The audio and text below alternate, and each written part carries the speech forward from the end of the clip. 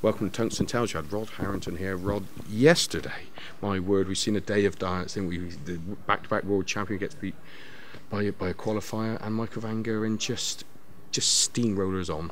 Yeah, it was an incredible game. I mean, with Gary Anderson, you just didn't expect that. The FA Cup of Darts throws up unknown talent, and Barry Lynn was one of them. He actually comes from my area, so I actually know a little bit about him. Not taking anything away from Barry, but Gary just didn't look at the races. No. But Barry Lynn did a job on him, and he's earned himself, I think, 10 grand. Yeah. But Van Gerwen, we've got to talk about him. I mean, he threw 18 perfect darts, 180, 170 out, then the 9-darter, and then kicks off the next leg with a 177. I mean, that is unbelievable. Yeah. And then what he did to Kim Huybrechts last night. I mean, Huybrechts was 2-0 up, and you're thinking, the quality of Huybrechts, he is a quality dart player. But all of a sudden, Van Gerwen rolls off 9 legs on the trot. Now, if I said to you, what odds do you want that would happen? You'd want a couple of thousand to one, because you didn't think it would happen. But that's what Van Gerwen is doing to everybody now. Yeah, and that's the thing. You've never really got Van Gerwen. I think Phil found out earlier on in the Masters. You never really have him, because he has that. When he has that sprint, he's gone, and then you just can't do anything about it. I said 18 proper darts on the trot. I mean, that's just ridiculous. It is. Well, we used to say that he'd roll off 3 or 4 legs at what we call level 12, which means 12 darts a leg, and of course Anderson can do that, Taylor can do that, Eddie Lewis can do that. But what Van Gerwen has done, how he's done it, he's found something that's just sparked it. But it's not 3 or 4 legs now, it's 5, 6, 7 legs at level 12s. And then the others are probably 13, 14 anyway. I mean, it's an incredible standard that he's moved up to. I mean, I said on Sky Sports the other night that, we started off with Bristow setting the bar, and then it was Taylor set the bar. And I honestly didn't think that the bar could be set a lot higher as an average. I mean, we used to say Taylor 98 was a bad game for Taylor, which was everybody else's great game. 104, 105 was his average. 110 was his top. Now we're looking at Van Gerwen. 102, 103 is his bad game. 106, 107, 108 is his average game, and when he's on fire, it's 115 plus, which is an incredible standard. Every time you go to the hockey, on average, you're hitting 2 major trebles with every 3 darts. It is it is just stupid. Like I was saying, if that's the case, they're not going to be clapping 140s anymore, are they? Or 134s or 137s?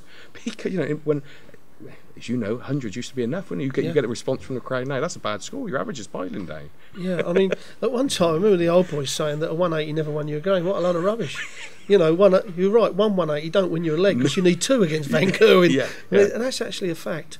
But it is good to see Phil that stepped up now, and at the moment he's the only one that looks like he can beat Van Gerwen, and he can beat him because of this leg-on-leg consistency that Phil has. I mean, if you took the heartbeat of, say, level 15s, you've got everybody else that does this above 3 or 4 darts, 5 darts below. Phil's is like this, and it's always been like that for like 20 years. So he doesn't throw many bad legs. Where Michael still has, under the line, then blip, and if Phil's going to beat him on them blips above, that's when Phil has got to win them legs. If he ends up playing him, I mean, they may go out before they meet each other.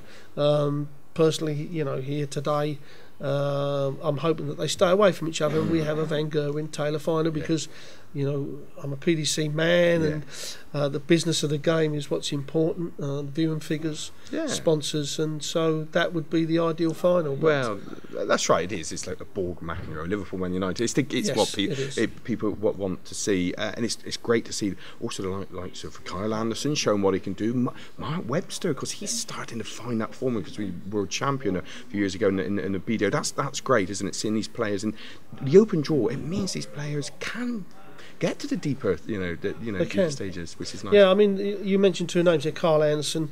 I mean, he is an Australian, and we need to have Australians. I mean, Simon Whitlock's gone off the boil a bit, so Carl Anderson's stepping up the plates. We sell a lot of TV down there, and we go down there for the World Series as well. And do you know what? I admire Mark Webster. for a few reasons. I mean, he had a massive problem after the Premier League. Yeah. You know, he'd lost his throw and he was lunging forward. Yeah. And typical dart players, because most of them are ignorant, and probably puts me in that category as well. No, I don't need help. I don't need advice. Mark Webster didn't say that. No. You know, he went and got a coach, someone that's going to talk to him, put him in the right frame of mind. And Mark Webster has come back. Yeah. And I admire it because it shows to other players that they should listen to the right advice. Yeah. Because there's players, some brilliant players that are drifting out of the game that will not take advice. And they should do from the right people. Yeah. Because then it elongates their career. Yeah. You know, there's longevity in the career, which earns them a lot of money, because we're talking about a £10 million tour in within the next 2 years. Yeah. But Mark Webster done the right thing. Yelly Klassen was another one. Yeah. Changed his darts, got a coach in. I admire them people that change things for the good and don't just stagnate, stay with the same people, same managers. You know, if it ain't working, you move on. That's why football clubs get rid of their managers quite frequently, because they're not working. No, that's very true. And to say that about Mark, he was saying earlier on, you know, about to say that the fact, you know, he's been getting help, and if he can get back in the top 16, when he starts hitting that double top and double 10, he's dangerous, isn't he? He says he needs a bit of luck to win a tournament like this. He said he can't crash through the field like a Michael van Gerwen can, but he's dangerous, isn't he? He is dangerous, and he's a lovely chap, and it's nice to see him get back. Yeah, I mean, he can throw 12 darters back to back, so he's dangerous. The funny thing about it is the guy that Mark Webster is using now, Stuart Bingham. He helped Stuart Bingham win the World Championship. Now, I know Bing really well. He comes from, we used to play golf with him every Monday, me, Lloydie and my youngster Ryan, when he was about this high. And all of a sudden he got with this guy and it worked for him. And the guy phoned me up and said, look, I can help some dart players. I put him forward to 5 dart players. They all turned him down. Really? Yeah. They all said, no, I don't need it. And I said, well, look, it's no skin off my nose. Yeah. And they all turned him down. And I'm, you know, Stuart Bingham's the world champion in snooker. Mark Webster's now on the way back. Excuse me. But these other people turn him down. Yeah. I mean, what is in their heads? There's got to come a time, Paul, where coaches have got to come into this game. It's got to be stepped up. I mean, it is professional, don't get me wrong, and most of the players are absolutely unbelievable.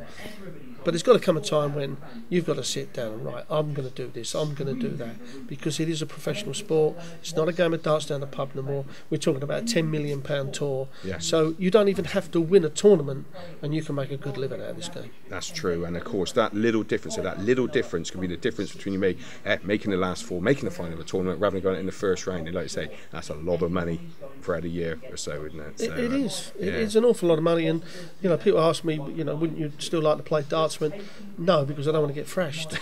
No. I think that's a great way to end it. I'll tell you what, Rob, thank you so much. Looking so forward to this afternoon with the matches we got coming up, and all the way through to the final. Another fantastic PDC event. Thanks for your time, Rob. Absolutely, my pleasure. Thank you. Thanks.